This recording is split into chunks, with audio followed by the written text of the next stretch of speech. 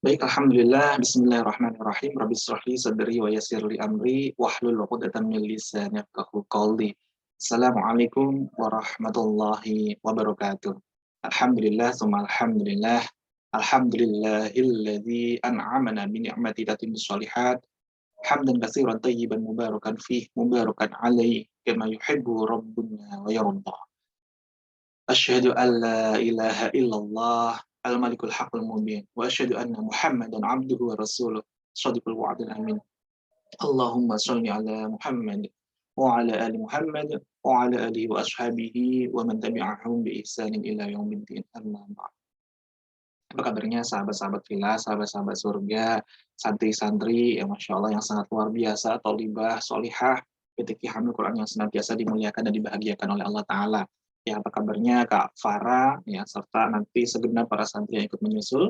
Insya Allah pada seri kita pada pagi hari ini, ya, kita akan mengupas sedikit materi tentang seni menata hati dalam berbicara, sekaligus nanti kita akan lanjutkan sesi mentoring kita untuk mempersiapkan materi andalannya yang kemarin sempat kita bahas untuk kita berikan tugas. Namun sebelum itu mohon izin ya, bagi yang sudah bergabung ya, ada Kak Farah dan mungkin ada beberapa santri lainnya nanti akan menyusul, bisa diaktifkan mikrofon dan videonya ya sebagai bentuk kehadiran kita pada pagi hari ini dalam majelis ilmu ini, dalam kelas kita ya, hadir 100% ya, sepenuh ya, jiwa kita, pikiran, perasaan kita, ya, maupun fisik kita pun hadir sepenuhnya di sini dan siapkan lembar catatannya agar senantiasa bisa kita tulis, kita catat mana saja yang dianggap kita paling penting dan insya Allah bisa kita praktekkan dalam kehidupan kita sehari-hari.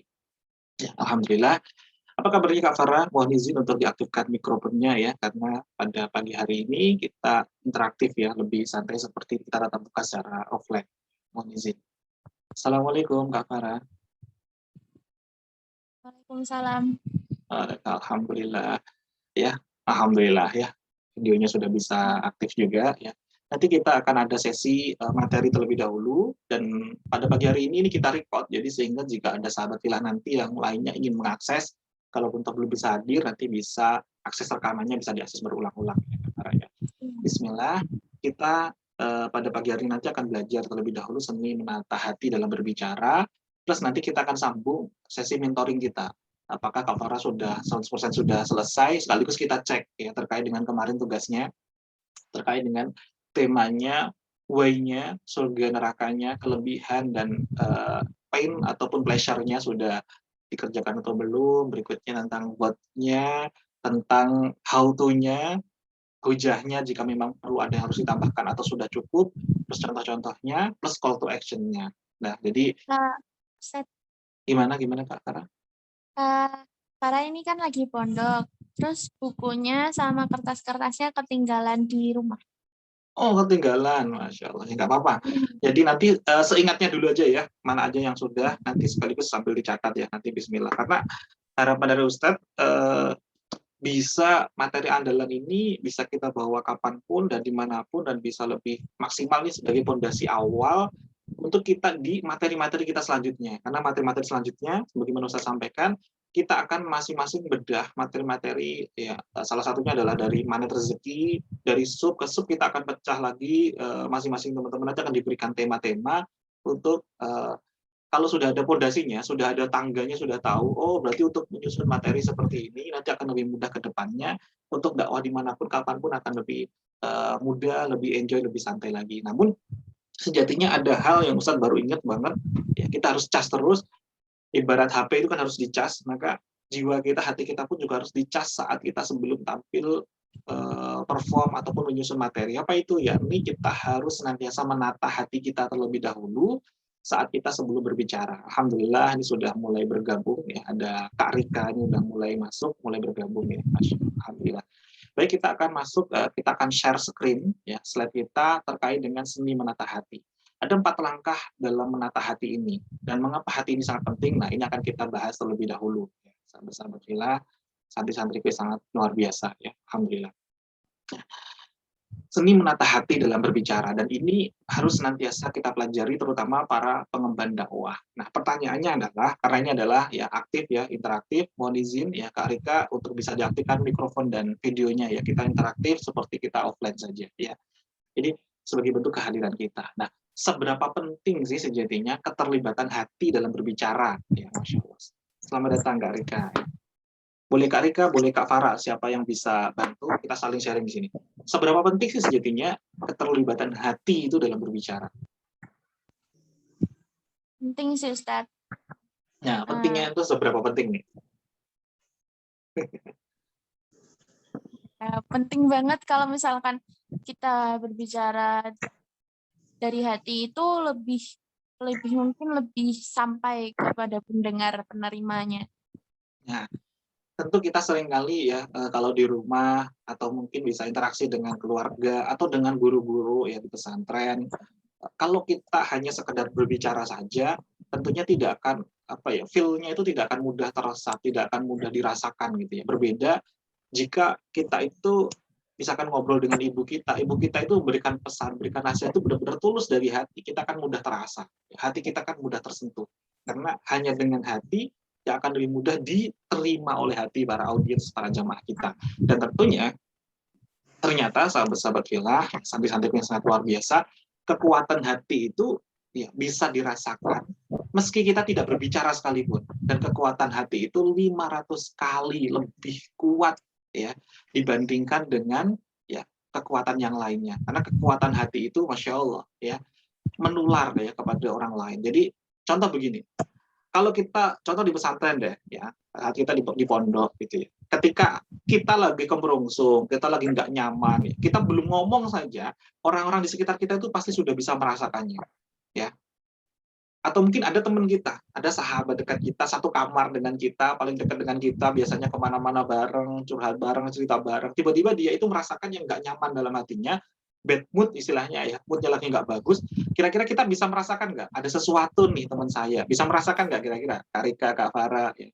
Bisa merasakan nggak kira-kira? Bisa, Tat. Ya, ternyata bisa betul. Jadi kita belum sampai mengungkapkan saja, apa yang dari hati itu mudah dirasakan gitu. Termasuk dari segi kita dakwah ya, kita dakwahnya itu tentang semangat, tapi kalau hati kita masih belum semangat akan mudah dirasakan, dan yang ada di hati itu yang mudah diterima oleh jamaah kita, oleh audiens kita. Maka penting sekali kita harus menata hati dulu sebelum kita berdakwah, kita harus menata hati dulu sebelum kita menyusun pula skrip materi kita, karena ini ada hubungannya. Karena saat hati kita ya corak hati kita ini masih belum ya, maksimal, belum positif, maka yang terjadi sahabat-sahabat filah itu akan mudah diterima hal-hal yang juga belum positif gitu ya. Masya Allah. Selamat datang ya. Ini ada Kak siapa ini? Fadli Khoi. Masya Allah. Ya sambil menunggu sahabat filah yang lainnya bergabung ya, kita lanjutkan materi kita. Nah, tanda hati yang belum tertata saat berbicara itu seperti apa sih gitu ya? Tanda hati kita saat kita dakwah ternyata itu kok belum ya, tertata dengan baik. Ya. Salah satunya sahabat filah ini sering kali hadir di para penyeru kebaikan, para pengajak kebaikan. Yang pertama adalah ada nggak kira-kira yang tiba-tiba yang gemeter, yang ya deg-degan, rasa panik, rasa khawatir yang berlebihan, ya ada nggak kira-kira dalam hati kita? Jika itu masih ada rasa kekhawatiran, rasa panik, ya sesuatu hal yang nggak nyaman dalam diri kita, artinya di situ hati kita yang masih harus ditata dulu. Tata hati kita terlebih dahulu. Atau justru sebaliknya, ya. Justru sebaliknya, Kak Rika, Kak Farah, ya Kak Anissa, ya Masya Allah. Selamat datang Kak Anissa, ya. Saat kita itu terlalu pede, kita overconfidence, ya, dengan diri kita sendiri, ternyata itu juga harus diperbaiki lagi hati kita. Karena seringkali nanti, ya kalau kita sudah nggak punya malu, kita nanti akan malu-maluin. Ya, Masya Allah. Jadi hati-hati sekali, terlalu kita khawatir, terlalu kita dredeg, terlalu kita gugup juga ternyata belum baik, tapi terlalu kita yakin, terlalu kita pede juga ternyata ya berbahaya juga untuk diri kita. Nah, atau mungkin ada yang saat kita perform tiba-tiba muncul rasa kecewa, ya. Saya kecewa ternyata pesertanya dikit, atau mungkin ada yang sudah mulai coba ya. Kita mulai dakwah lewat medsosnya atau lewat misalkan Instagram, ternyata ya yang like dikit, ternyata penontonnya, viewersnya hanya dikit gitu ya. Atau sudah mulai share di YouTube ya teman-teman, tapi ternyata yang ya subscribe-nya dikit banget, ternyata yang lihat dikit banget. Kalau kita masih muncul rasa seperti itu, artinya kita harus tata lagi hati kita, karena dakwah itu ya jangan sampai ada gejolak-gejolak di hati yang nggak nyaman ini, karena saat itu berarti belum lurus niat kita, belum positif hati kita belum terjaga.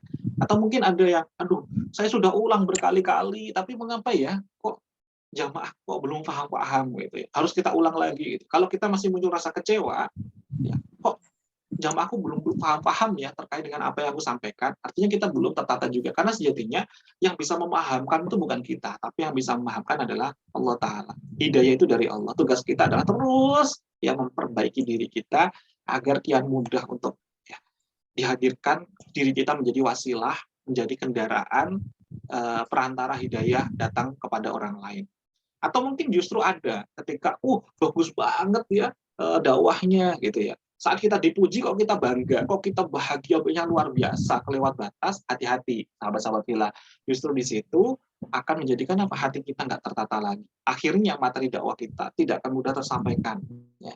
Tidak akan mudah diterima dengan baik. Fadilah jariah itu tidak akan hadir kepada kita.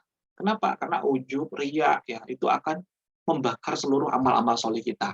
Ya, jadi amal-amal soleh kita akan hangus. Maka kita harus tata lagi nih hati kita sebelum kita benar-benar ya perform nanti, terutama di video juga kita saat live, serta teman-teman nanti saat benar-benar secara offline hadir memiliki jamaahnya masing-masing ataupun sudah mulai siar di medsosnya, terutama di hiburan kita di rumah ini ataupun saat kita sedang daring ya, banyak di rumah. Kalau teman-teman sudah mulai ingin praktek siarnya, boleh ya. Namun kita harus jaga hati kita dari poin-poin ini. Jangan sampai ada yang ya saat dikritik, kok dakwahmu kok kayak gini ya, kok belum bagus ya, kok kita tiba-tiba baper gitu ya. Artinya di situ kita masih belum tertata hati kita.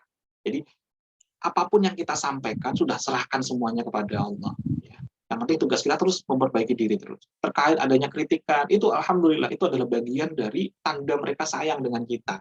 Tanda untuk kita terus berbenah diri, terus untuk kita memperbaiki. Artinya kita jadi tahu mana yang harus kita perbaiki lagi. Ya, atau mungkin ada kok teman saya ini, sahabat saya dalam ya satu pondok ini kok ada yang lebih bagus, saya kok belum bisa ya gitu. Gimana caranya gitu ya. Nah, maka bismillah sahabat-sahabat Villa. Jika itu masih ada, ayo kita rilis ya, kita lepaskan dulu. Atau mungkin masih ada yang merasa ya kita lebih baik daripada audiens, jangan sampai. Maka seringkali saya sampaikan saat kita opening, sebisa mungkin kita hadirkan tawadhu, hadirkan kerendahan diri, bahwa kita itu adalah al-fakir, izharul fakri, kita itu masih nol gitu ya. Dan mohon izin para jamaah yang hadir pada pagi hari ini, jamaah semuanya tentunya pengalaman hidupnya jauh lebih di atas daripada saya. Ya, ilmunya pasti jauh di atas saya. Tapi mohon izin pada kesempatan kali ini, mohon izin saya di depan terlebih dahulu karena saya diberikan amanah. Mohon izin untuk menyampaikan ilmu Allah yang sangat luar biasa ini. Maka fokusnya hari ini bukan tentang saya, Bapak Ibu, bukan tentang saya, teman-teman, tapi fokusnya adalah tentang ilmu Allah yang sangat luar biasa ini. Jadi siapkan, kosongkan gelas. Biasanya ya seringkali kita opening di sana. Ya, atau kemarin kita sampaikan, Ustadz Salim Villa seringkali menyampaikan bahwa saya ini di sini hanya sebagai ya, butiran debu saja. Dan para guru-guru yang hadir di sini adalah ya air yang jernih, oase, air yang jernih. Jika ada suatu hal yang benar, langsunglah mendekat kepada airnya. Saya hanya sebagai butiran debu pelengkapnya saja. Ya. Jadi ada fase semakin kita tawadhu, justru Allah semakin tinggikan, semakin orang-orang mudah untuk menerima kita. Nah, jika kita ya tidak melibatkan Allah dalam prosesnya ini, kita akan muncul sekali namanya penyakit hati. Ya, ada iri, ujub, riya, baper, ya nggak nyaman kalau dikritik itu kalau kita tidak melibatkan Allah. Maka bismillah, saat kita dakwah, kapanpun, dimanapun, apapun itu, baik secara tatap muka, secara langsung maupun online seperti ini, libatkanlah Allah. Kita luruskan niat kita. Ya, mulai dari awal sampai dengan akhir, benar-benar ini karena Allah. Artinya kalau karena Allah, mau kita itu digunjing, mau kita itu dikritik, mau kita itu dinasehatin, mau kita itu hasilnya baik ataupun nggak baik, semuanya itu adalah dengan izin Allah. Semuanya itu adalah ya dari keutamanya Allah. Jika baik, maka jika dipuji kita harus menjawab sebagaimana dalam Quran surat An-Naml ayat 40. Ya, sebagaimana dicontohkan oleh Nabi Sulaiman alaihissalam saat dipuji, dihadirkan kenikmatan. Hadza min fadli Rabbi. Ini semuanya adalah bagian dari keutamaan Tuhanku, bukan dariku. Kalau kebaikan pasti dari sisi Allah. Kalau nggak baik, itu dari diri kita. Maka kita mohon maaf yang sebesar-besarnya kepada para jamaah jika ada satu hal yang belum tepat di akhir sesi closing kita. Dan jika ada kelebihan, hadza min fadli Rabbi. Semuanya hanyalah dari Allah Ta'ala. Ya. Untuk Kak Anissa dan Kak Rika boleh diaktifkan juga videonya ya sebagai bentuk kehadiran kita 100% ya di majelis ilmu ini. Eh, ya kita hadir di sini menuntut ilmu ya. Maka kita sertakan, bukan hanya kita menyimak saja dari videonya, tapi kita juga hadir ya karena kita nanti interaktif ya. Plus kita nanti akan sesi bahas tugas kemarin ya, sedikit demi sedikit tugas tentang mentoring kemarin, penyusunan skrip materi kita di akhir sesi kita ini nanti. Bismillah. Nah, maka setelah kita tahu ternyata, oh hati kita masih harus ditata, hati kita harus senantiasa kita perbaiki nih. Sebagaimana Ibnu Athaillah As-Sakandari dalam kitab Al-Hikam, ya, beliau dalam makalahnya menyampaikan, setiap ungkapan yang terucap ya, itu dibungkus oleh corak kolbu yang menjadi tempat keluarnya. Artinya apa? Segala sesuatu yang kita sampaikan itu sejatinya mencerminkan kondisi hati kita. Ya, maka hati-hati sekali. Jika hati kita belum nyaman, akan kian mudah dibaca oleh para jamaah kita. Ya. Lewat gestur kita, lewat gerak kita, lewat mimik muka kita. Ya. Jadi, apa yang ada dalam kegaiban hati, dalam dunia nyata termanifestasikan. Itu juga Ibnu Athaillah As-Sakandari. Apa-apa yang ada dalam jiwa kita, kondisi hati kita, baik itu sudah baik ataupun belum, dalam dunia nyata akan mudah terlihat, akan mudah terrealisasi, dirasakan oleh jamaah kita. Ya, inilah corak kolbu. Jadi harus kita tata dengan baik.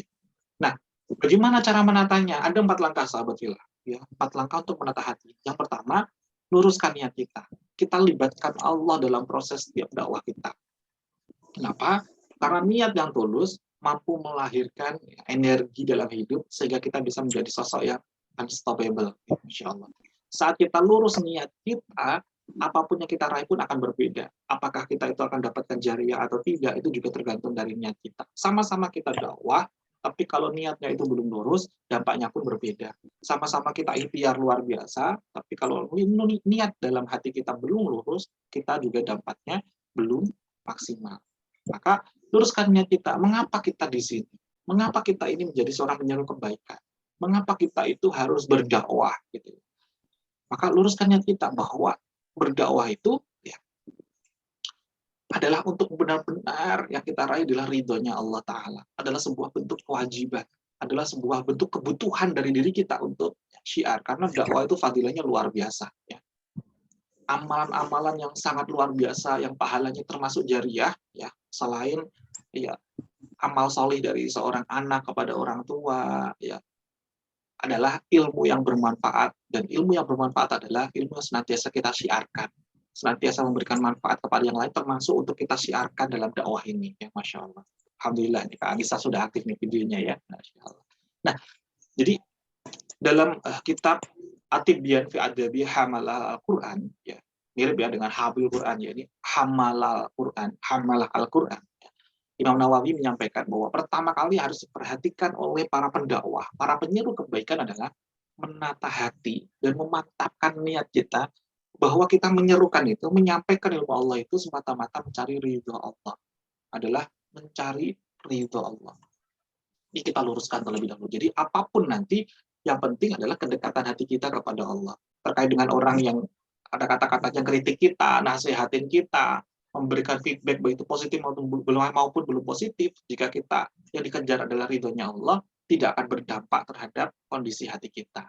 Nah, yang kedua, sahabat-sahabat fillah, setelah kita luruskan ya, hati kita, hadirkanlah mahabbah dalam diri kita, hadirkanlah rasa cinta ke dalam hati kita dalam menyampaikan dakwah ini kepada para jamaah. Karena dakwah itu sejatinya adalah wujud nyata dari mahabbah kita.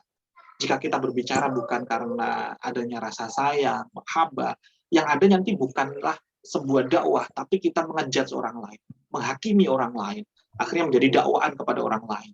Ya. Kalian itu belum baik, kalau ingin baik, ayo begini, gitu. Akhirnya orang ya tersakiti hatinya, akhirnya tidak akan mendekat kepada dakwah kita.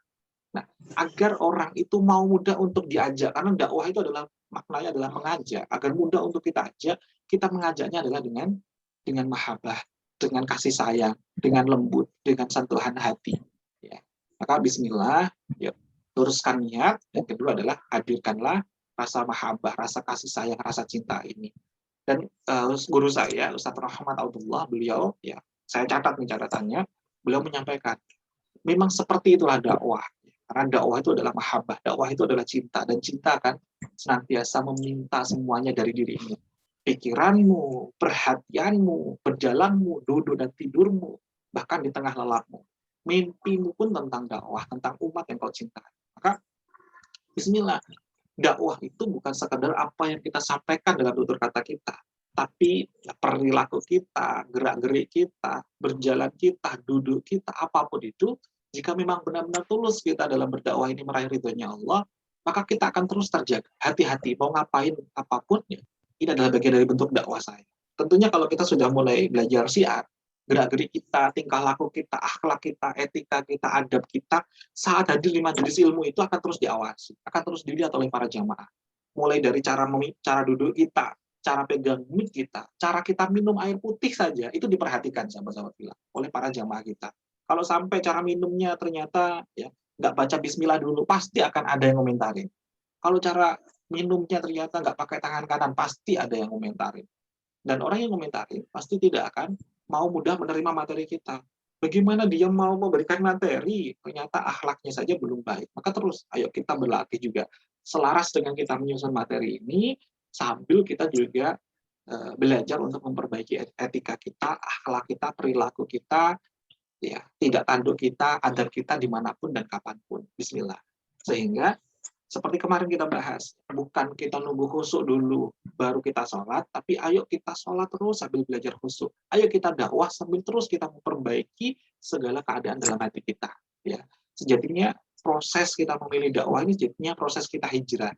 Hijrah bukan dalam artian kita pindah dari kota A ke kota B, tapi hijrah dari segala bentuk ya, keadaan kita, kondisi kita, perilaku kita, akhlak kita, termasuk di rumah. Jika sebelum kita dulu masuk pesantren, gitu ya, kita bangun tidur, hanya kita ngurusin diri kita sendiri, maka bismillah, sudah mulai saat ini, ya kita hijrah, kita perbaiki diri, saat kita sudah bangun, kita berikan satu kalimat ajaib kepada orang-orang di sekitar kita. Apa itu kalimat ajaibnya?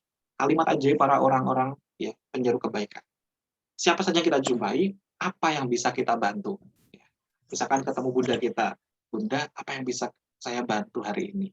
Ketemu bapak, ketemu ayah, ayah apa yang bisa ya Anissa bantu hari ini?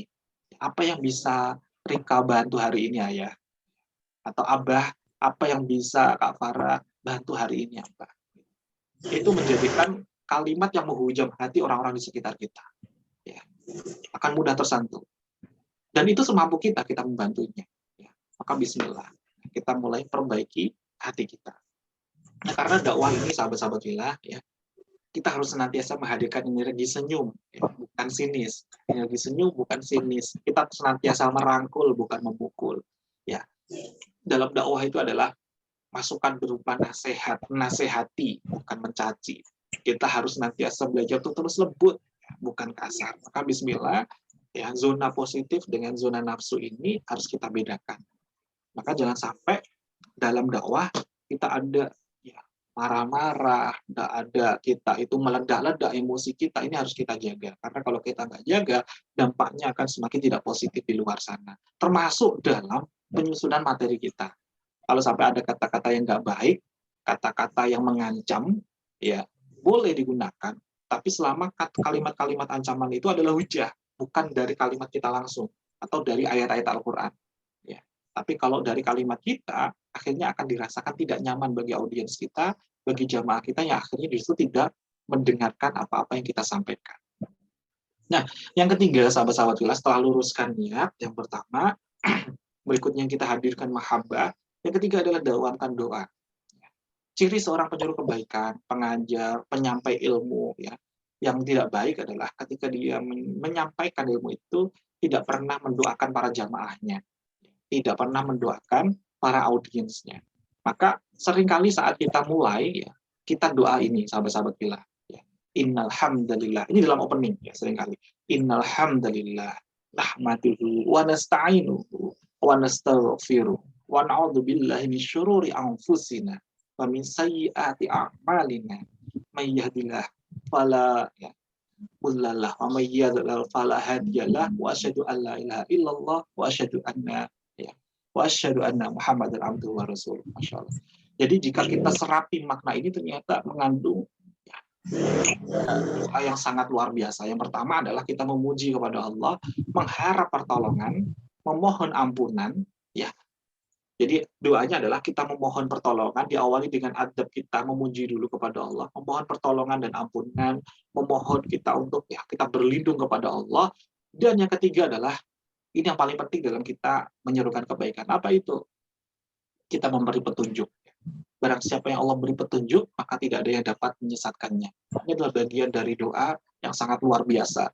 Kenapa? Karena saat kita berdoa tidak ada lain, ya, saat kita menyerukan kebaikan, selain Allah izinkan kita, ridhoi kita untuk menjadi wasilah hidayah bagi orang lain. Maka bismillah, di balik makna doa-doa setiap kali kita opening itu ternyata dahsyat sekali. Ya. Ada pujian, ada sholawat, ya, jika dibolehkan adalah doa untuk para jamaah-jamaah kita, doa untuk para audiens kita. Tidak harus berbahasa Arab, kalau memang kita belum mudah, tapi jika bisa, silakan pakai bahasa Arab itu lebih bagus. Tapi jika belum, silakan gunakan pakai bahasa se-fleksibel mungkin, senyaman mungkin yang bisa dipahami oleh jamaah kita. Misalkan, saya doakan sahabat-sahabat filah, para santri, tholibah, sholihah senantiasa dimudahkan dalam hafalannya. Saya doakan yang dimuliakan, dibahagiakan oleh Allah Ta'ala. Kian dihadirkan kemudahan, diijabah seluruh hajat-hajatnya. Orang tuanya kian sehat, yang dimudahkan dalam mencari rezeki yang halal dan thayyiban. Al-Fatihah, itu boleh. Ya, itu di awal di opening. Saat orang itu kian didoakan, didawamkan doa-doa, kian akan mudah orang tersebut, para jamaah itu untuk menerima diri kita juga. Ya, sekaligus juga untuk menata hati kita bahwa saya dakwah itu bukan ya dakwah itu sejatinya untuk mereka, dakwah itu adalah kebutuhan kita. Kita yang butuh amalan ini. Kita yang butuh untuk menyerukan kebaikan ini. Karena dakwah itu adalah kewajiban kita. Nah, yang terakhir, yang keempat, sahabat fillah, untuk menata hati ini, ya, seringkali saya sampaikan adalah kita harus senantiasa menunduk, kita harus senantiasa merendah. Ini yang terakhir ya, dari segi menata hati. Yang terakhir adalah rendahkan hati. Mengapa? Karena saat kita ya merasa diri kita paling baik, merasa diri kita paling pintar, merasa diri kita paling pantas untuk berada di depan, justru itu adalah pangkal dari ya, ketidakberhasilan kita. Ketika kita berdakwah, tetapi kok di hati masih bersemayam titik ya. Kita itu kiberun, penonjolan diri, kita memakai jubah kebesarannya Allah. Itulah awal kegagalan dalam dakwah kita. Bahkan Rasulullah pun bersabda dalam hadis riwayat Muslim, ya, tidaklah seorang memiliki sifat tawadhu, sifat rendah hati karena Allah, melainkan Allah akan meninggikannya. Dan inilah seni yang sangat indah sekali, ya. Ada cita dari Allah yang sangat luar biasa sekali, ya. Saat kita berbisik itu ya berada di lantai, di sujud-sujud kita justru ya, akan terdengar di langit, ya, Masya Allah. Pun sama sejatinya adalah sebuah simbol secara maknawi bahwa semakin kita merunduk, semakin kita tawadhu, semakin kita merendahkan, ya, kita ini di hadapan Allah Ta'ala, kita ini bukan siapa-siapa, kita ini masih fakir. Justru disitulah Allah yang angkat derajat kita, disitulah Allah yang tinggikan kita. Nah, bismillah, semoga 4 hal ini bisa menjadikan bekal kita untuk bisa lebih mudah ya untuk menyusun materi skrip kita. Jadi awali dengan menata hati kita terlebih dahulu. Ya, bismillah. Semoga sedikit ini bisa bermanfaat. Ada pertanyaan terlebih dahulu tidak sebelum nanti Ustadz akan tanya-tanya kepada sahabat kita yang hadir pada pagi hari ini ya. Ada Kak Anissa, Kak Rika, Kak Far, nanti akan Ustadz tanyakan dari urutan tadi hadir pertama kali terkait dengan tugas kita kemarin ya. Tentang tema utamanya, judulnya, audiensnya, berikutnya why-nya, apa saja sudah siap atau belum, apa saja yang sudah dimasukkan dalam pain atau pleasure-nya, surga atau nerakanya. Berikutnya adalah words-nya, definisi dari judul kita. Berikutnya how to-nya, apa saja how to-nya, ada berapa, apa saja hujahnya, apa saja contoh-contohnya. Berikutnya kalimat call to action. Call to action itu ajakannya seperti apa. Ajakan di akhir sebelum kita tutupnya. Itu. Poin itu aja yang saya sampaikan untuk melihat update dari skripnya. Karena minggu depan insya Allah sudah mulai ujian, maka bismillah, ujian prakteknya adalah praktek dari skrip materi andalan ini. Ya, bismillah. Praktek dari skrip andalan masing-masing ini menjadi ujian kita dalam akhir semester kita ini. Maka nanti sekaligus kan otomatis jika memang harus online, kita akan rekam juga. Ini hari ini kita juga rekam. Kita nanti akan juga post juga di-upload juga di YouTube dari PTQ Hamil Quran Official. Ya, bismillah. Ada pertanyaan nggak kira-kira dari Kak Anissa, Kak Rika, Kak Farah, silakan. Dari 4 hal ini. Ya, 4 hal, luruskan niat, ya, senantiasa hadirkan mahabbah, hadirkan cinta, dawamkan doa, dan hadirkanlah rasa tawadu dalam kita menyampaikan. Karena ini akan mudah dirasakan oleh para jamaah kita. Ada nggak yang ingin tanyakan? Angkat tangan. Kak Aulia, ya alhamdulillah sudah hadir pula ya, Masya Allah. Alhamdulillah. Ada yang ingin tanya? Kalau belum ada yang tanya, nanti Ustadz yang akan tanya. Ada yang ingin tanya? Cukup? Dari 4 hal ini sudah paham semuanya? Paham tuh? Insya Allah. Alhamdulillah. Ya, baik. Alhamdulillah. Ustadz akan mulai tanya-tanya nih, sahabat-sahabat Villa. Ya, dari tugas kita kemarin satu persatu untuk melihat dari update-nya. Atau kalau sahabat-sahabat Villa, para santri, thalibah sholihah, bisa share screen. Ya, Ustadz akan memberikan share screen. Kalau ada yang ingin di-share screen dari tugas kemarin, mungkin ada yang sudah diketik atau mungkin ingin ditampilkan di sini boleh ya, atau di foto nanti di share screen update-nya sampai mana boleh, nanti tinggal membaca saja terlebih dahulu boleh ya. Saat aktifkan share screen-nya, sahabat-sahabat kita boleh share screen semuanya ya. Atau jika belum ada nggak apa-apa, kita lewat lisan terlebih dahulu. Saya akan cek satu persatu sampai mana ya. Pertama sekarang adalah Kak Farah terlebih dahulu. Jadi sahabat-sahabat kita nanti juga bisa ikut menyimak dan insya Allah akan dapatkan ilmunya juga dari penyusunan skrip materi kita, materi andalan kita masing-masing. Dan ini akan menjadikan materi ujian kita untuk praktek kita nanti, berarti otomatis. Bismillah. Silakan Kak Farah, ya. Mohon izin saya akan tanya-tanya sedikit terkait dengan update kita kemarin. Nah, terkait dengan temanya kemarin, ya dari Kak Farah, tema besarnya tentang apa kemarin Kak Farah? Saya catat nih ya. Apa ya kemarin Ustaz? Tentang berserah diri. Nah, judul utamanya jadinya apa kemarin Kak? Tema utama secara besarnya kan berserah diri. Isinya nanti kan tentang qanaah dan ikhlas. Tapi judul utamanya Kak, judul utama yang untuk orang menjadi tertarik ya. Itu kemarin apa Kak? Kemarin yang Farah pakai judul yang disaranin Ustadz itu, tapi lupa apa. Soalnya di rumah. Oke, baik ya. Jadi memang nggak dibawa ya, sekarang Kak Farah ada di pondok ya, pondok catatannya ada di rumah. Oke, baik, Bismillah. Nah, ini di pondok berarti sinyalnya lancar ya Kak Farah ya? Kalau di atas lancar. Oh, ya pantesan ya, kalau pas di musola kok nggak mudah gitu ya, ternyata di atas ya. Nah, jadi Bismillah ya, temanya adalah tema utamanya adalah tentang berserah diri. Nanti dicek lagi tentang judulnya ya Kak ya, agar lebih mudah untuk menarik orang judulnya, nanti bisa disusulkan. Nah, yang kedua adalah why-nya. Kemarin apa saja sudah dikerjakan, yang diingat saja. Mengapa tema berserah diri ini ya sangat menarik untuk kita pelajari, apa kelebihannya, ya surganya, apa benefitnya, untungnya bagi para jamaah itu kalau menyimak materi berserah diri ini, dan kalau lebih bagus lagi dilengkapi. Kalau mereka itu, ya apa ruginya bagi mereka jika tidak menyimak materi kita. Ini Kak Farah nih, apa saja nih, boleh di-share Kak, ya kemarin sudah dikerjakan. Jadi gimana ya? Keuntungannya, kalau Ya, keuntungannya, keuntungan. Insya Allah bisa lumayan, bisa menenangkan, lebih tenang lagi. Karena kan kebetulan juga tema yang Farah bawain itu relate sama kehidupannya Farah sebelumnya. Jadi pengalaman Farah gitu. Jadi insya Allah lebih bisa lah gitu. Ini nanti, ini Kak Farah, maksudnya yang saya tanyakan itu, ini nanti untuk audiens, bukan untuk Ustadz. Ini nanti untuk audiens. Jadi bukan untuk dari segi kita, tapi nanti audiens. Jadi misalkan nih, Ustadz sebagai audiens ya, sebagai jamaah. Kak Farah itu sudah mulai opening nih, gitu. Mengapa kalian, ya, mengapa tema ini sangat penting untuk kita pelajari? Sudah mulai kita jelaskan. Karena, ya, dengan total berserah diri ini akan menghadirkan ketenangan dalam hidup kita.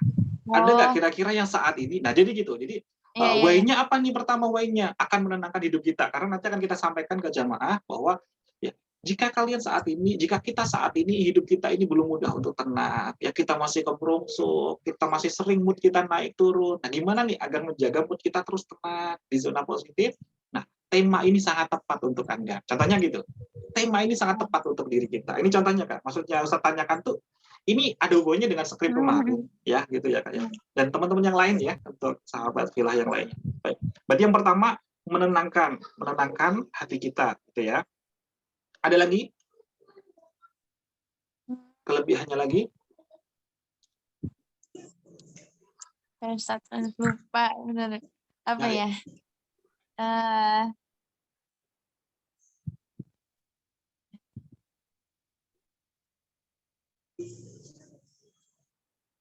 Ya itu sih Ustaz apa garis besarnya. Oke, Ya. jadi nanti bisa di breakdown lagi ya Kak ya, Iya. di breakdown lagi, dibikin sub-sub lagi, menenangkannya seperti apa, membuat nyaman kita seperti apa, menenteramkannya seperti apa, di breakdown lagi, agar orang semakin tertarik gitu. Teman-teman kita, jamaah kita pun akan semakin tertarik. Mengapa sih kok kita harus belajar nih tentang berserah diri gitu ya? Ya. Terus ada nggak ininya Kak? Apa itu tadi kan surganya ya, keindahannya, kenyamanannya, ada nggak nerakanya atau istilahnya painnya, kerugiannya kalau mereka itu tidak menyimak ini, ketika tidak hadir rasa apa ya berserah diri ini, ada nggak kira-kira yang mau dibawakan? Jadi Ustadz kasih note di buku di kertas kemarin ya paling nggak salah satu atau keduanya gitu ya. Kalau memang nggak ada kerugiannya nggak apa-apa, yang penting sudah ada kelebihannya. Atau kalau memang ada kelebihan kekurangan itu lebih bagus lagi. Kekurangannya kalau nggak mau, kerugiannya jika mereka tidak mau menyimak materi ini atau belum belajar materi ini, boleh disebutkan apa saja. Itu harus kita persiapkan. Apakah sudah ada belum Mbak? Kalau karena di sini ngomong intinya dulu, boleh nggak, Ustaz? Intinya nanti di how to atau di words-nya Kak, di words-nya. Enggak, maksudnya inti kerugiannya kan kalau misalkan para bawa bukunya sama kertasnya kan para bisa sebutin satu-satu. Oh iya, sekarang intinya dulu nggak apa-apa Kak. Betul nggak apa-apa. Kita ininya dulu, normatifnya dulu, lebih umumnya dulu nggak apa-apa. Seingatnya Mungkin dulu. kalau kerugiannya itu lebih kayak kalau misalkan nggak dengerin ini tuh kayak mungkin bakalan hidupnya stuck di situ terus gitu loh, Ustaz. Oke. Gimana ya jelasinnya? Ya gitu pokoknya. Minimal bagi santri yang lainnya, Kak Aulia, Kak Anissa, Kak Rika, ini ya ada satu poin ini diperkuat. Di kelebihannya apa saja di breakdown, atau kelemahan, kerugiannya jika mereka tidak menyimak, atau ancamannya apa saja. Kalau kemarin yang di podcast kan Kak Aulia ya yang pakai ancaman, yang kemarin yang terakhir yang podcast kemarin ya. Ancaman ya jika tidak berbakti kepada orang tua gitu. Contohnya akan ada poin-poin gitu. Maka sama, sejatinya di sini nanti kalau dakwah itu ada di awal, itu ada mengapa mereka harus belajar ilmu kita, ilmu Allah, tema kita itu mengapa penting sekali untuk dipelajari, apa manfaatnya, apa kerugiannya jika tidak dipelajari, itu poin utamanya. Jadi kalau teman-teman nanti ada kerugiannya boleh, ada kerugian dan kelebihan itu jauh lebih bagus ya, lebih lengkap lagi. Atau pilih salah satu kerugian saja atau kelebihan saja. Baik, lanjut lagi Kak Farah, word-nya, apa yang dimaksud berserah diri ya dari temanya Kak Farah ini. Berserah diri ternyata kan masih luas ya, berserah diri. Tapi berserah diri yang seperti apa yang dimaksud dari Kak Farah ini? Serah diri lebih mengikhlaskan lagi semuanya dan lebih menerima ketentuan yang dikasih sama Allah. Gitu sih intinya. Oke, poinnya kan berarti qanaah dan ikhlas gitu ya. Jadi kita istilahnya gini, kita rangkai, kita frame gitu loh, istilahnya frame. Jangan sampai topik itu terlalu melebar kemana-mana. Audiens tuh karena kepikiran kalau berserah diri itu masih ke tawakal. Tawakal tuh masih luas gitu. Tawakal yang seperti apa ya? Mereka masih bertanya-tanya. Nah, ketika kita urutannya, ya ketika kita sudah salam, kita sampaikan doa tadi ya, kita syukur, doa gitu ya. Terus kalau bisa perkenalkan diri dengan menarik ya diri kita rendahkan diri kita tawadu saat memperkenalkan diri. Berikutnya kita buka tadi, mengapa tema ini sangat penting sekali dalam kehidupan kita. Pernah nggak kita merasakan ya diri kita itu stagnan gitu, ya, nggak kemana-mana, masih begini-begini saja hidup kita. Pernah nggak hati kita itu ya tidak tenang, kita penuh dengan gejolak, penuh dengan ya kemerungsung. Jika itu terjadi, Maka sejatinya dengan total berserah diri ini kita bisa mengatasinya dengan izin Allah. Bismillah. Maka bismillah. Jika kita ingin berubah, hidup kita kian tentram, kian damai, hadirkan lagi manfaat-manfaat itu. Ayo kita akan belajar dengan tema berserah diri ini. Sudah siap? Ya. Siapa yang sudah siap, silakan angkat tangannya. Itu misalkan. Nah, itu baru setelah itu kita masuk. Nah, apa itu sejatinya berserah diri? Kira-kira ada nggak yang bisa bantu? Nah, misalkan kita offline ya, ataupun kita online ini kita bisa nanya juga kepada para peserta. Apa itu sejatinya berserah diri? Kita tanyain. Ada nggak yang bisa bantu?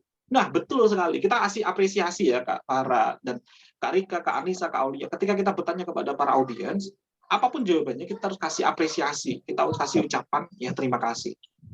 Baik itu sudah tepat atau belum tepat, ya, kita berikan apresiasi. Jika belum tepat, ya terima kasih atas antusiasnya, sudah membantu menjawab. Nah, setelah jawabannya sudah masuk, kita luruskan mereka dari definisi yang sudah kita siapkan. Sejatinya kita sudah tahu kan, tapi kita nyoba mereka untuk kita hargai mereka. Gitu. Kita hargai mereka.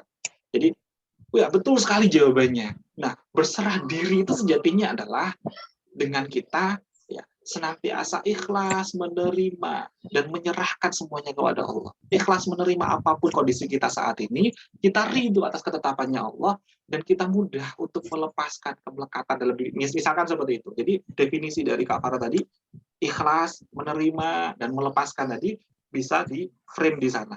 Maka para audiens nanti tidak akan keluar dari apa yang kita definisikan tadi. Setelah itu, nah bagaimana caranya? Nah ini baru kita masuk di how to. Ada nggak yang mau tahu caranya? Misalnya kita pancing gitu. Barulah di situ kita masuk. Nah sekarang silakan Kak Farah. How to-nya apa saja Kak Farah? How to-nya ada berapa? Apa saja? How to. Tahu tuh. Ya, isinya kan ini isinya, bagian isinya. Ibarat menu itu, ibarat kita makan itu gongnya gitu. Ibarat menu itu menu utamanya. Kalau kita ada acara manten kan biasanya ada sop manten. Nah, itu kan itu baru pengantarnya. Nah, pas makanan beratnya itu isinya, kontennya, isi utamanya. Ya. How to-nya ada berapa? 1, 2, 3, 4. Yang pertama qanaah. Qanaah, ya. Qanaah ini apa ini, Kak? Bagaimana caranya qanaah, Kak? Ya menerima. Ya diterima, ya menerima dulu kayak apa? Gimana ya, Tat? Kalau nggak bawa bukunya ngeblank. Menerima dulu apa yang udah terjadi sama kita tuh diterima dulu. Itu pokoknya. Terus contohnya atau hujahnya boleh. Contoh atau hujah dulu. Ini di poin pertama dulu ya. How to-nya adalah qanaah dulu, menerima. Ada nggak dalilnya? Sudah ada belum? Atau contohnya? Tentu Nabi Ayub. Nabi Ayub. Oke, qanaah ya Nabi Ayub. Jadi nanti persiapkan ya contoh menerimanya Nabi Ayub. Yang kedua setelah menerima. Ikhlas.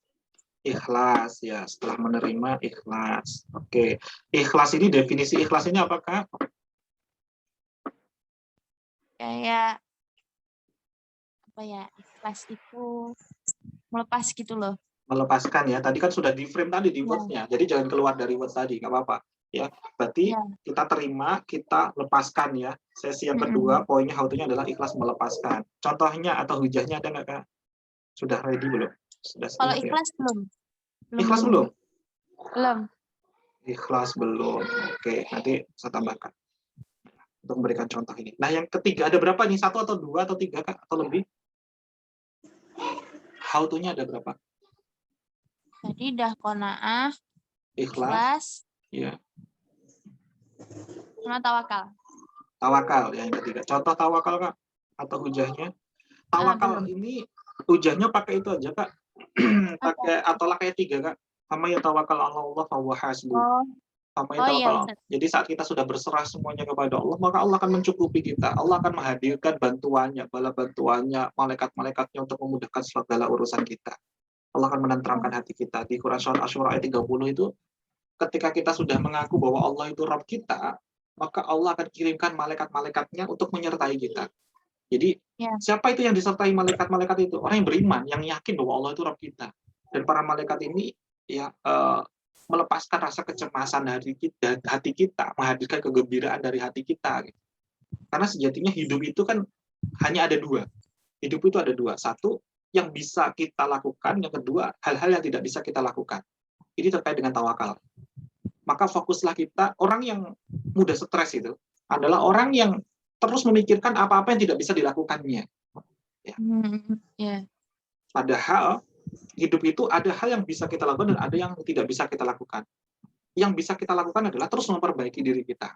Terkait dengan hadirnya pertolongan-pertolongan Allah, itu adalah bagian dari keajaibannya Allah. Itu tugasnya Allah yang menghadirkan, menjamin kita. Allah yang mengendalikan, menghandle kita, yang ahli dalam segalanya. Seringkali kita akan memikirkan bagaimana sih cara ajaibnya Allah itu menghadirkan kun fayakunnya, menyelesaikan persoalan hidup kita. Kita habis terforsir di sana, padahal di sana itu sudah ada Allah yang maha ahli. Maka berserah diri itu sejatinya kita membagi tugas kita. Tawakal itu kan dari kalimat wakala, mewakilkan. Kita wakilkan sepenuhnya kepada Allah.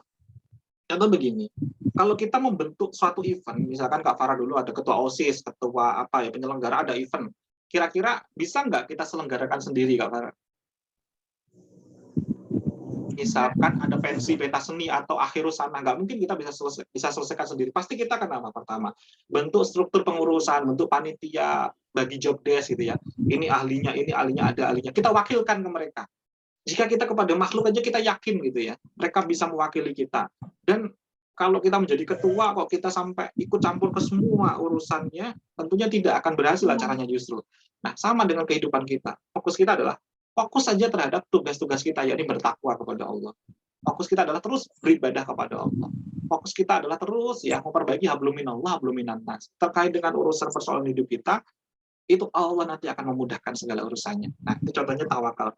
Nah, sejatinya punya Kak Farah ini bagus nih kalau kita bikin analogi Kak, sebagai contoh. Berserah diri. Yeah. Contoh gini, sejatinya berserah diri itu ibarat sebuah nafas. Mengapa ibarat sebuah nafas? Contoh begini, oksigen, kita itu kan nafas membutuhkan sebuah oksigen. Nah, coba deh sahabat-sahabat Villa, agar kita bisa nyaman hidup kita. Langkah pertama yang harus kita lakukan apa kira-kira? Kita harus hirup nafas kita harus terima nafas kita. Coba deh, kalau kita tahan oksigen itu, ini langkah yang pertama terkait dengan qanaah. Gimana rasanya kita itu nggak menghirup nafas, nggak menarik, nggak menerima oksigen, kira-kira apa yang terjadi? Justru kita yang tidak tentram hati kita, tidak tenang hati kita, justru menyakiti diri kita sendiri, nggak mau menghirup oksigen. Maka langkah yang pertama ini disebut dengan namanya kita qanaah. Kita menerima apapun yang Allah hadirkan kepada kita.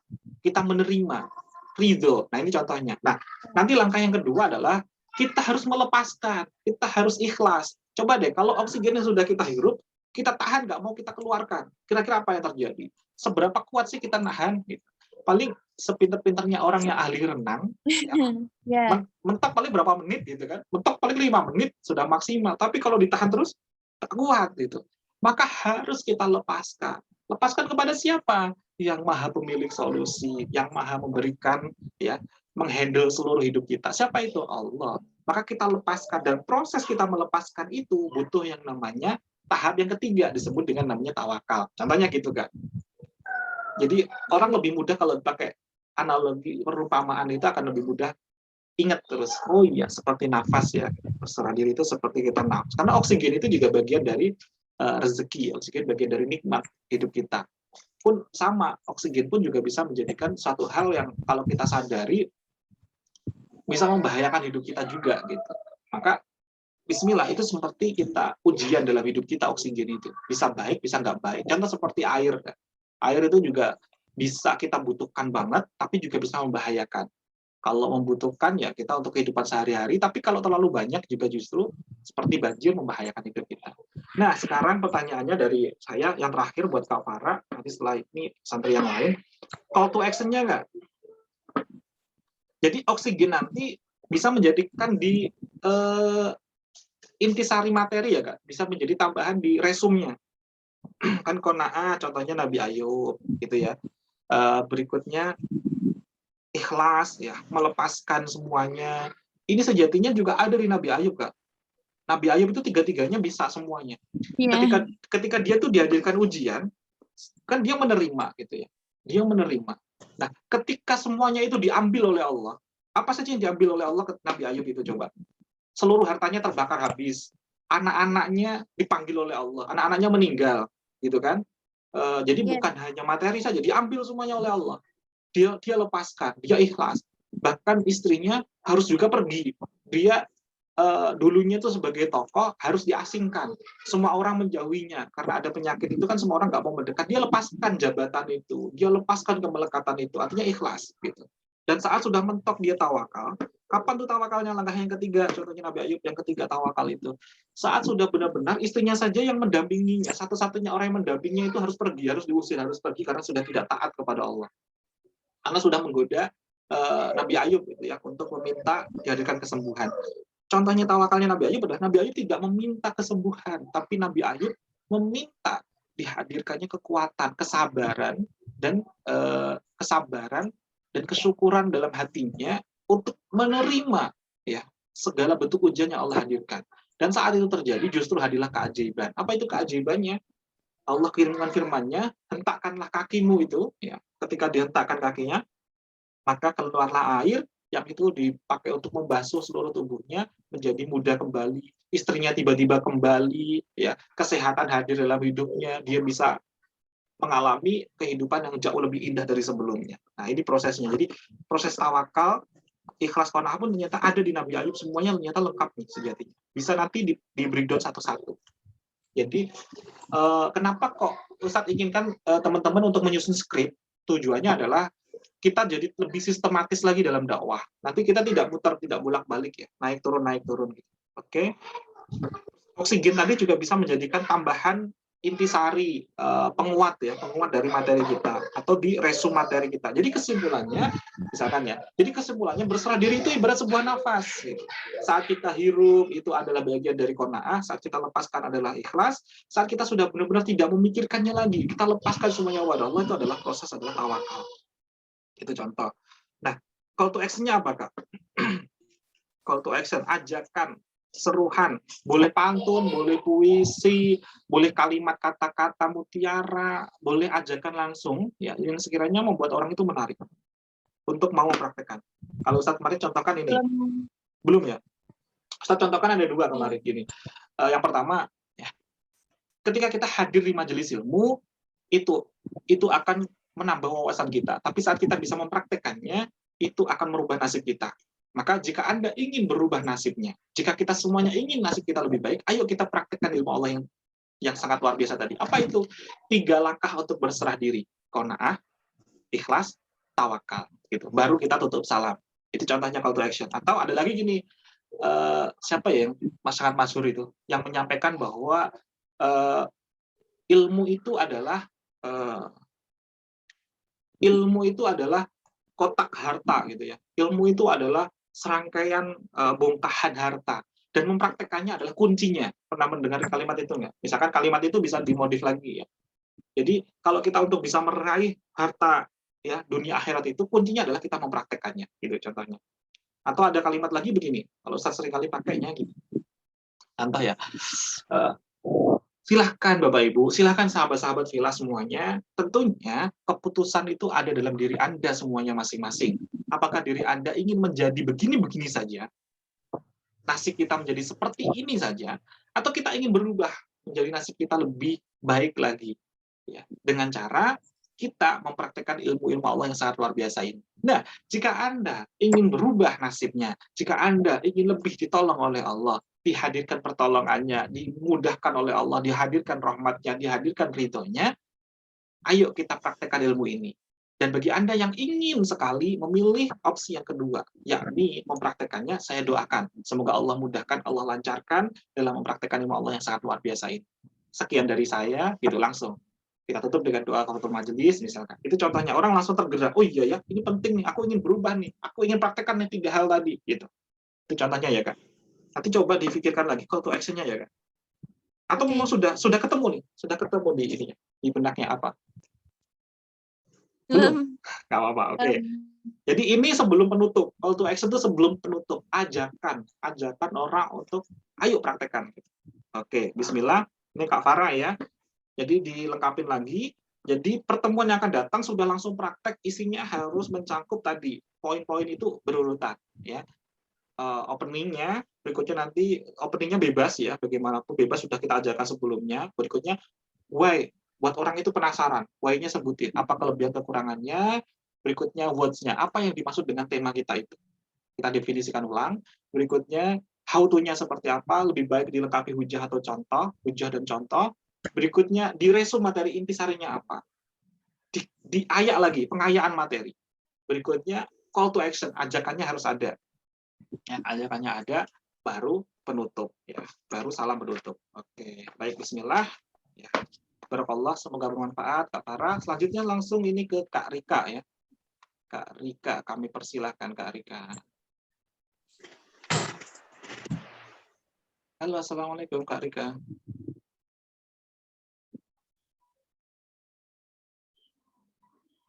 Assalamualaikum.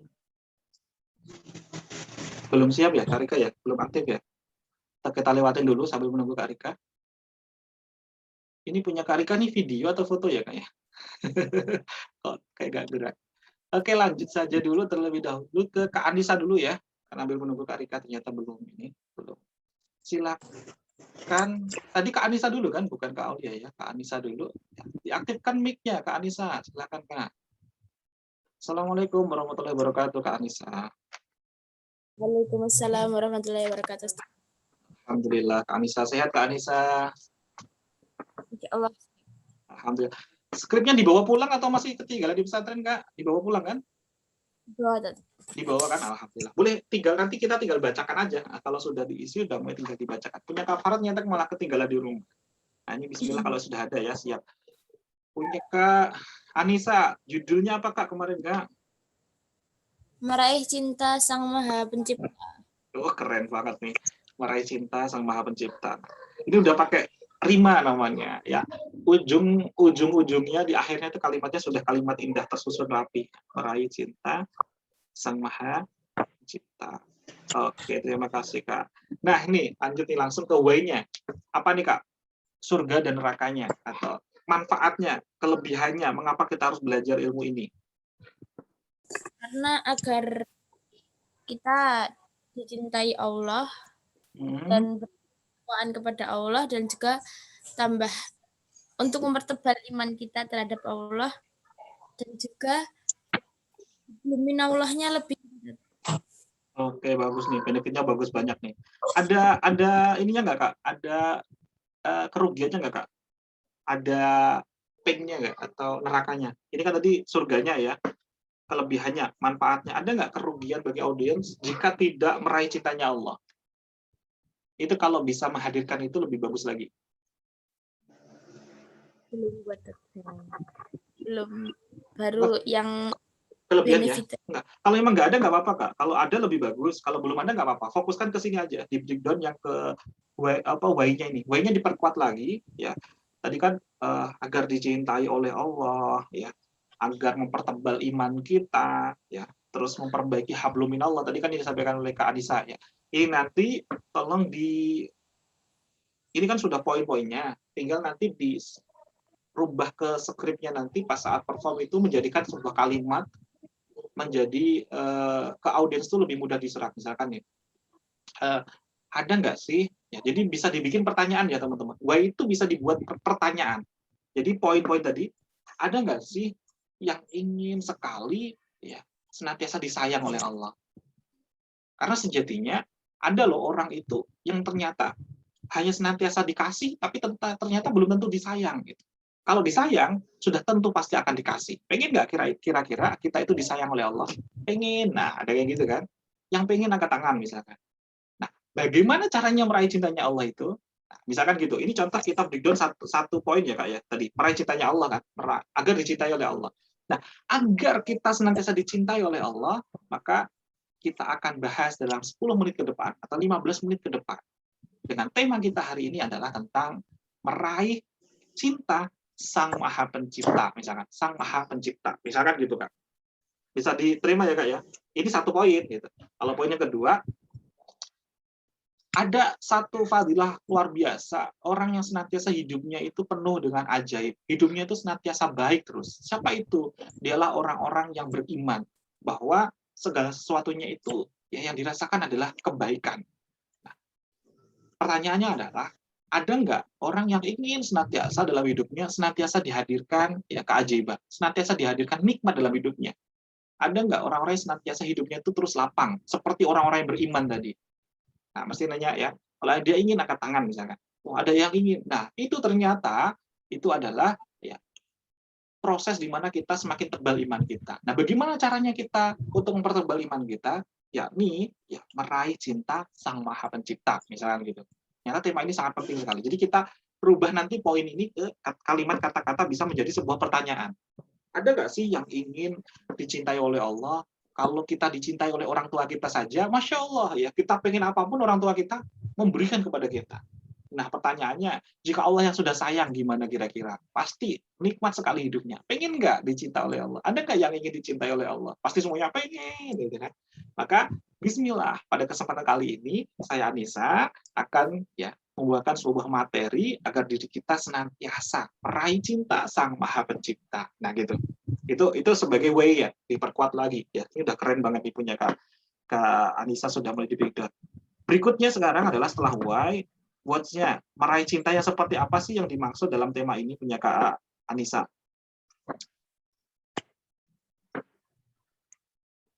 Meraih cinta yang selalu biar selalu beribadah kepada Allah. Nah, terkait dengan beribadah kepada Allah itu sudah betul Kak. Namun dari mindset jamaah itu sebuah beban. Nah, berarti meraih cinta ini bisa kita lebih lunakan lagi adalah merasakan nikmat dalam setiap ibadah kita, misalkan gitu. Ada nggak sih yang ingin sekali merasakan kenikmatan dalam kita beribadah? Gitu. Ibadah itu menjadikan sebuah candu dalam hidupnya. Terus ingin lagi, ingin lagi, ingin lagi, ingin lagi. Ada nggak kira-kira gitu? Nah, inilah meraih cinta Sang Maha Pencipta. Karena seringkali orang-orang yang tidak merasakan nikmat dalam ibadahnya cenderung merasakan beban dalam hidupnya. Bahwa oh dikit-dikit oh ternyata sudah adzan, aduh udah harus sholat, aduh harus baca tilawah, aduh harus setoran, aduh harus murojaah lagi. Ada nggak kira-kira sahabat kita yang seperti itu? Pasti ada. Gitu. Mengapa itu hadir? Karena belum merasakan cinta, merasakan nikmat dalam hidupnya dari Sang Maha Pencipta.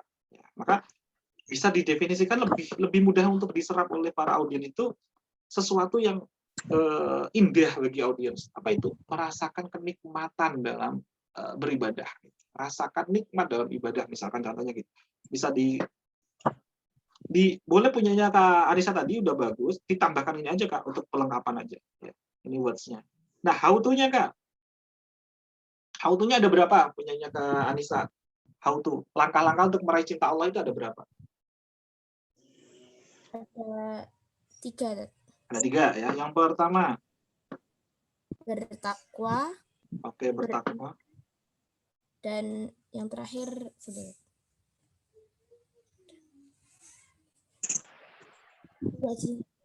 2 ya, bertakwa dan beriman. Bertakwa dan beriman. Iman dulu apa takwa dulu? Beriman dulu, Dad. Nah, dibalik ya, berarti how to-nya dibalik iman dulu, baru takwa dulu. Nah, iman ini hujahnya apa, Kak? Pakai dalil apa, Kak? Dalil atau hadis? Boleh. Menggunakan itu, surat Al-Baqarah ayat 100. Apa ini ayat? Masih terjemahnya tahu nggak, Kak? Masih apa nggak? Beriman ini. Bukan. Surat buka dulu. Boleh dibuka dulu. Biar kita linear gitu, maksudnya selaras Kak. Selaras dari iman ini, terus ayatnya apa, nanti contohnya apa. Suratnya surat At-Taubah kayaknya. Surat Taubah. Ada ini nggak kalimat terjemahnya Kak? Kalimat terjemah maknanya. Ada, Dad. Silakan. Allah membersamai orang yang beriman. Allah akan membersamai orang beriman. Oke. Nah, di sini Kak Anissa sudah kasih contoh nggak, Kak? Belum. Belum. Ini sebenarnya terkait dengan beriman ini, Masya Allah Kak, ini bisa dihadirkan sesi muhasabah sejatinya kalau Kak Anissa bisa menghadirkan, ya, bisa meresapi itu, bisa ditambahkan muhasabah. Mengapa sih kok hidup kita ini masih begini-begini saja? Mengapa persoalan masih senantiasa hadir? Sejatinya itu bukannya Allah tidak hadir, tapi diri kita yang seringkali ya tidak mendekat kepadanya. Allah senantiasa dekat dengan hambanya. Allah senantiasa menunggu kita untuk senantiasa ya datang kepadanya, untuk bersibuk kepadanya. Tapi seringkali ya hanya fisik kita, tapi kita tidak melibatkan hati kita sepenuhnya hadir untuk ya berjumpa dengan Rob kita. Di mana? Di ibadah-ibadah kita. Seringkali kita tidak menghadirkan rasa nikmat itu ketika kita sedang ya sholat, sedang kita tilawah, tadarus, gitu.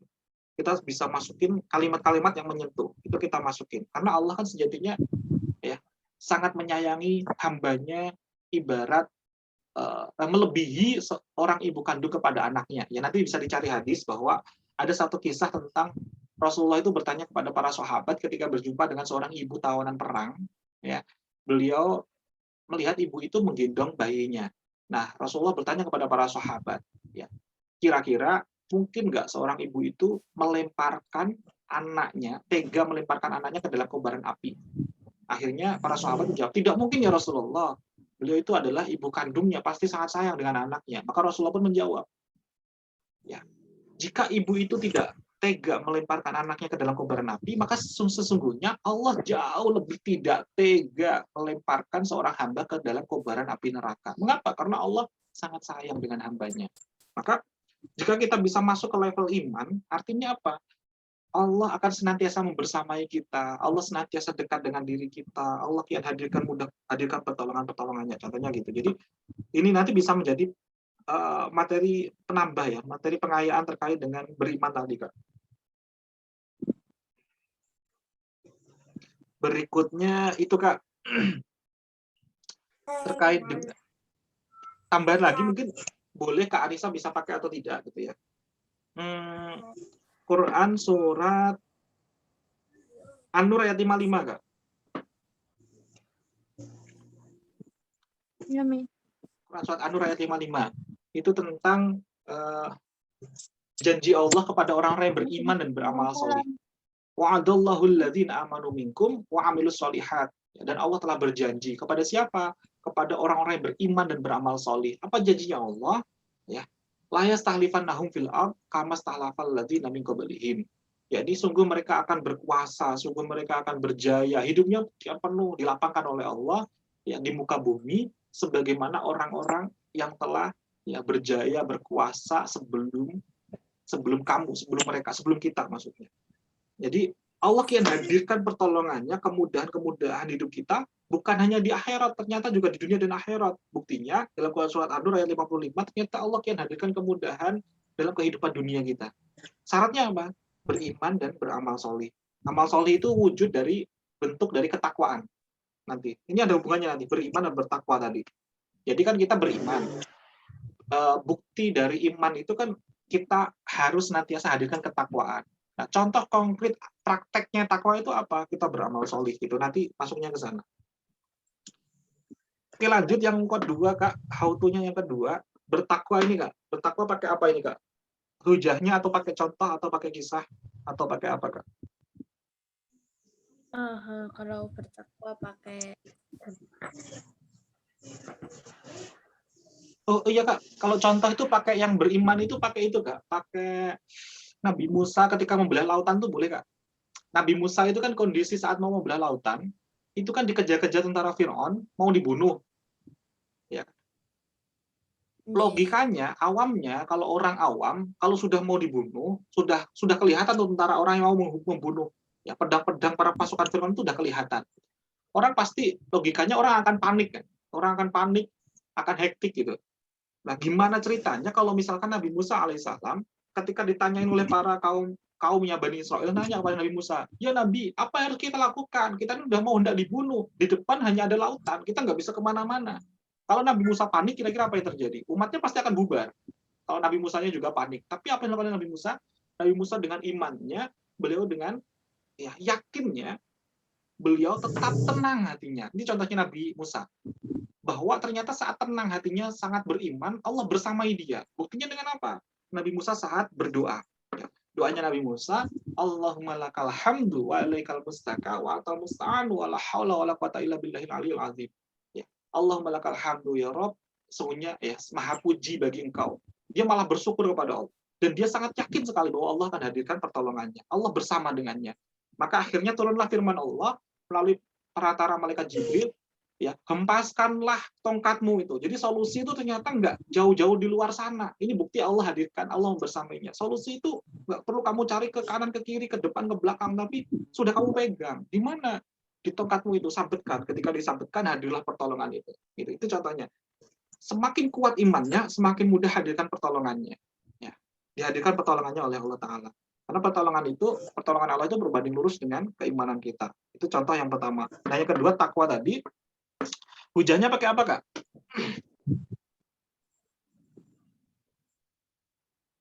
Belum batet. Pakai atolak ayat 2 aja, Kak.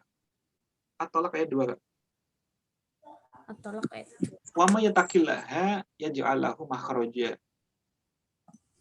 Jadi istilahnya gini, Kak, kalau anak-anak kekinian tuh ibaratnya gini. Buy one get two. Kita membeli 1 dapat 2. Kita bertakwa dihadirkan 2 pertolongan oleh Allah. Apa itu? Ya ja'allahu makhraja. Allah akan memperbaiki seluruh persoalan hidup kita. Berarti kalau persoalan hidup artinya bukan hanya di akhirat tapi juga di dunia. Nah, yang kedua, wa yarzuqhu min haitsu la yahtasib. Allah akan hadirkan rezeki dari arah yang tidak disangka-sangka. Rezeki itu bukan hanya harta, tapi tentang kemudahan-kemudahan hidup kita, ketaatan kita, keimanan kita, ya. Orang-orang di sekitar kita yang makin sayang dengan kita, itu termasuk rezeki juga yang Allah hadirkan kepada kita. Itu bisa jadi tolak ukur untuk itu tadi ya, hujah untuk bertakwa. Nah, nanti tolong sinkronkan antara iman dan takwa ini terkait dengan Allah semakin cinta. Allah semakin cinta kepada orang-orang yang bertakwa. Buktinya apa? Allah kian hadirkan malah justru urai persoalan-persoalan hidupnya karena Allah cinta dengan orang-orang yang bertakwa, misalkan gitu. Allah kian hadirkan rezeki dari arah yang tidak disangka-sangka kepada siapa? Ya tentunya orang-orang yang sangat disayanginya, orang-orang yang sangat dicintainya, misalkan gitu.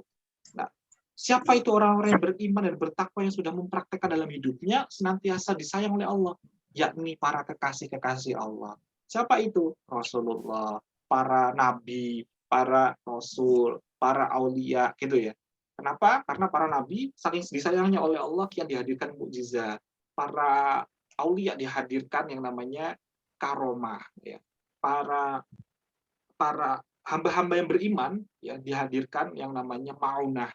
Maunah itu pertolongan-pertolongan Allah yang sangat luar biasa. Itu bentuk tanda cintanya Allah kepada hambanya, misalkan gitu, Kak. Itu ya, bisa ditangkap ya, Kak. Oke, selanjutnya call to action-nya, Kak. Ajakannya sudah ada belum, Kak? Sudah diisi belum? Call to action, ajakan untuk mencintai Allah. Untuk mempraktekkan mencintai Allah, ajakan untuk mempraktekkan, isinya gitu, mempraktekkan materi kita. Belum ada. Tadi Ustadz contohkan ada 3 tadi ya, Kak ya. Ada 3 tadi terkait dengan contoh berikan opsi kepada mereka mau berubah atau tidak. Jika mau berubah, itu keputusannya ada di diri kalian, misalkan itu tadi ya. Jadi jika mau berubah saya doakan, misalkan gitu. Atau yang kedua tadi adalah kita itu hadir majelis ilmu menambah wawasan, menambah pengetahuan, menambah ilmu. Tapi kalau kita mau mempraktekannya akan merubah nasib kita, itu boleh. Jadi kita hadir di sini menambah pemahaman kita bahwa Allah itu sangat mencintai hambanya.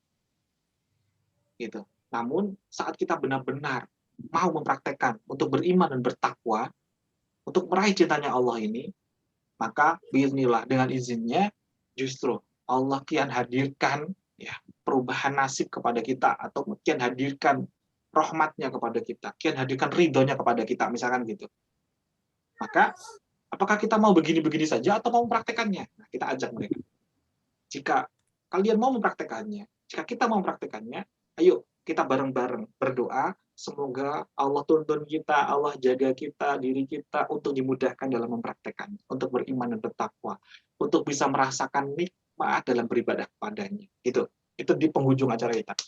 Ya, berikutnya setelah itu baru doa penutup, gitu ya Kak. Oke, lanjut. Terima kasih Kak Anissa. Ada yang ingin tanyakan Kak? Beautiful exit itu apa ya, Tat? Beautiful exit itu kalimat-kalimat indah atau bisa puisi, bisa pantun yang terngiang saat di closing kita, yang terngiang kepada para jamaah gitu.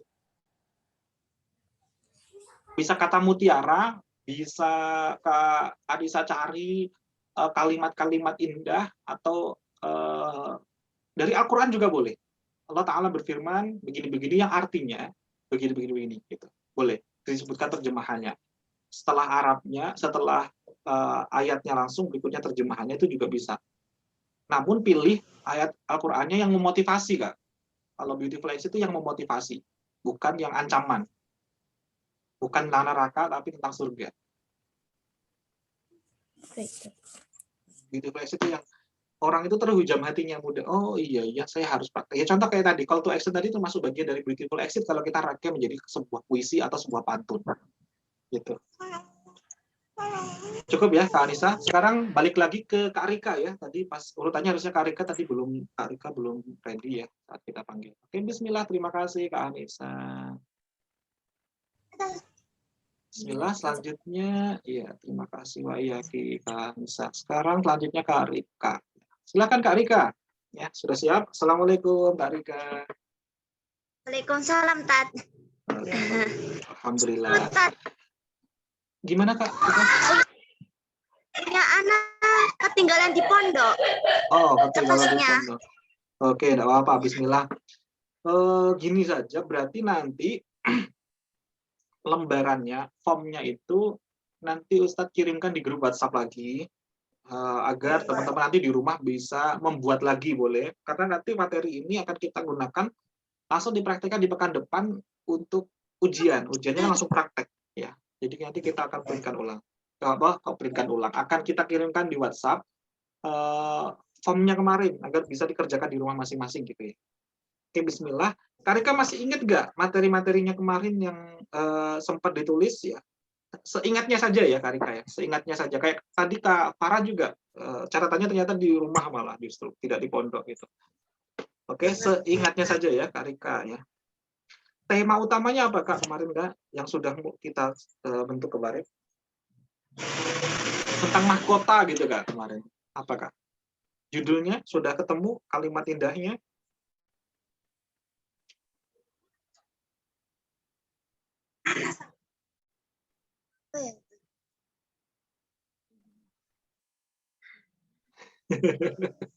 Ingat ya Kak?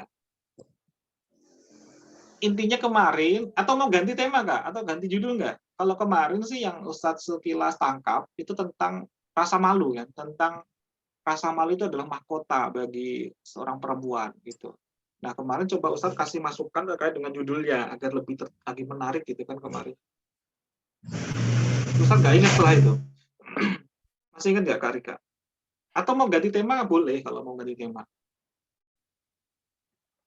Ya, yang kemarin itu, Tat, yang rasa malu sebagai mahasiswa. Rasa malu sebagai mahkota wanita. Oke. Berikutnya way-nya kemarin sudah mulai poin kan di buku kemarin sudah dicarikan, ada bukunya Kak Farah untuk melengkapi ya. Mengapa rasa malu itu penting untuk kita hadirkan dalam hidup kita? Mengapa tema ini sangat penting untuk harus kita pelajari bagi para wanita? Bukan bagi Ustadz ya, bagi para jamaah audiensnya kan para muslimah ya, para ummahat. Mengapa rasa malu itu sangat penting? Seingatnya saja dulu Kak. Mengapa rasa malu itu sangat penting? Jadi ada hubungannya. Mengapa kita harus mendengarkan dakwahnya dari Kak Rika ini terkait dengan rasa malu sebagai mahkota? Mengapa saya harus belajar ini? Kalau kita tahu betul, oh ternyata penting nih untuk meraih ridho Allah. Mungkin ada kan? Ada ridho Allah. Ingat nggak? Ustaz nggak begitu hafal kemarin apa saja poinnya di bukunya Kak Farah atau di ininya ya, poinnya Kak Rika. Tapi poinnya ada termasuk nanti ujungnya meraih ridhonya Allah. Rasa malu itu kan bagian dari iman, nanti boleh dimasukin ke sana. Rasa malu itu adalah bagian dari iman, itu boleh. Mengapa sih kita harus menghadirkan rasa malu dalam hidup kita? Gitu. seberapa penting sih rasa malu itu dalam hidup kita? Ternyata rasa malu itu harus justru kita butuhkan. Saat kita terlalu overconfident, justru itu akan menjerumuskan hidup kita, misalkan gitu. Terlalu kita itu over pede, ya kayak tadi di materi pengantar kita, justru itu menandakan bahwa hati kita belum lapang hati kita belum di zona kolbun salim, misalkan gitu. Jadi ternyata rasa malu itu sangat penting sekali. Nah, bagaimana menancapkan dalam hati kita agar rasa malu ini bukan rasa malu yang negatif, tapi malah justru rasa malu yang positif. Rasa malu yang positif yang seperti apa? Justru meraih ridhonya Allah, justru menghadirkan ya mahkota dalam hidup kita para muslimah, misalkan gitu. Contohnya ya Kak ya, jadi ada gambaran nanti, karena Kak Rika kan belum, catatannya belum dibawa. Nanti semoga bisa melengkapi lagi, tolong dicatat, nanti kita berikan form listnya untuk mengisi lagi, ya skripnya. Nah, word-nya Kak Rika, word-nya. Rasa malu sebagai mahkota bagi wanita, ini maksudnya punyanya Kak Rika ini seperti apa ya Kak? Word-nya, maksud dari tema itu. Kalau tadi kan berserah diri punyanya Kak Farah, berserah diri begini gitu ya. Ini rasa malu tuh yang rasa malu seperti apa yang dimaksud dalam tema ini kan? Untuk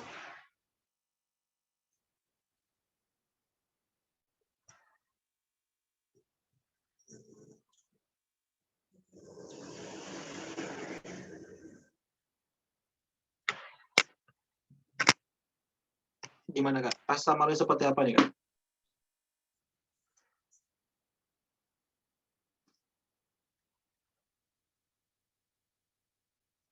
Apa nih yang ada di benak? Dikeluarin aja Kak. Unek-uneknya dikeluarin aja dulu, bebas. Ini kan kita teman-teman sendiri, Kak apa-apa. Seingatnya aja.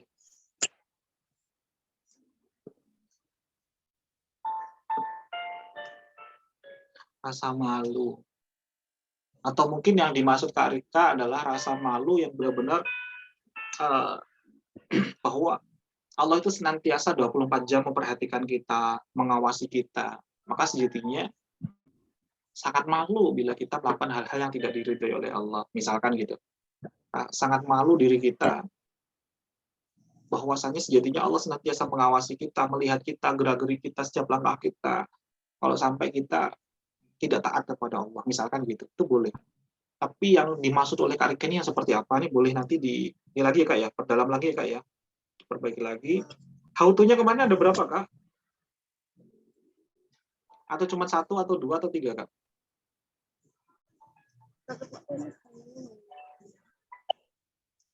How to-nya Kak, untuk langkah-langkahnya untuk meraih mahkota ya, rasa malu ini kemarin ada berapa Kak? Ada 1, 2 atau 3?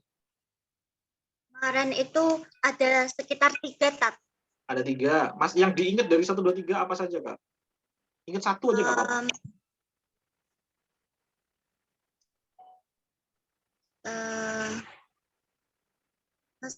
Yang itu mahkota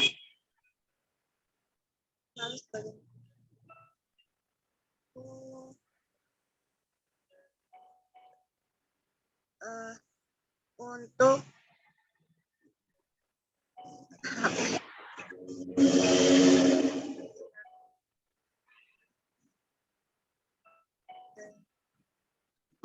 atau mungkin ada sahabat yang lainnya yang ingat kemarin punyanya Kak Rika, boleh ya bantu, mungkin Kak Farah atau Kak Anissa atau Kak Aulia boleh ya bantu, saling bantu satu sama lain boleh ya.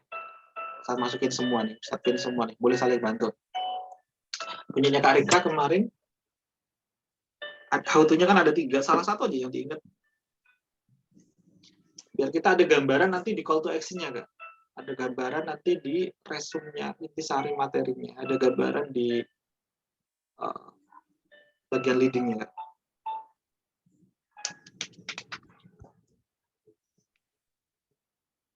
Ingat Kak?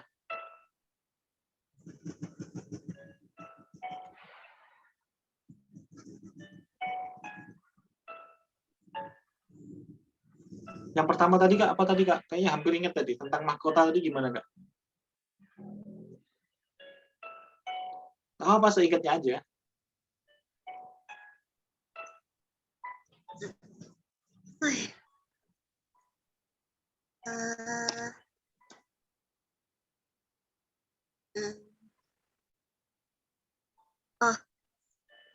Untuk menjaga pandangan.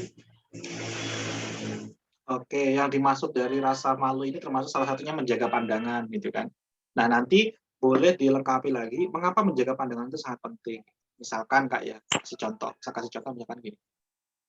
Ternyata segala sesuatu yang ada dalam hidup kita itu ternyata bukan milik kita.